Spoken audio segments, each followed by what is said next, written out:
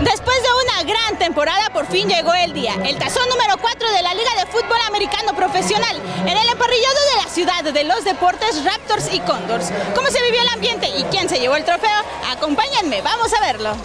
No era un domingo cualquiera para la afición al fútbol americano.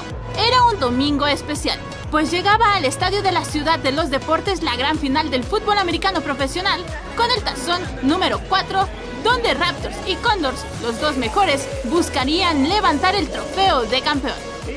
Pues la verdad bastante fuerte, traemos buen core, buen pateador, entonces tenemos para ganar todo, el equipo es muy bueno. La bandera mexicana tapizó el emparrillado del recinto y el himno nacional entonado por Alex Lora y con la patada de parte de Gabriel Soto fue como dio inicio esta gran final. Aficionados de Condors, de Raptors y del fútbol americano pusieron el ambiente en la grada, mientras que en el emparrillado los jugadores dieron esfuerzo, pasión, cuerpo, alma y corazón por cada jugada.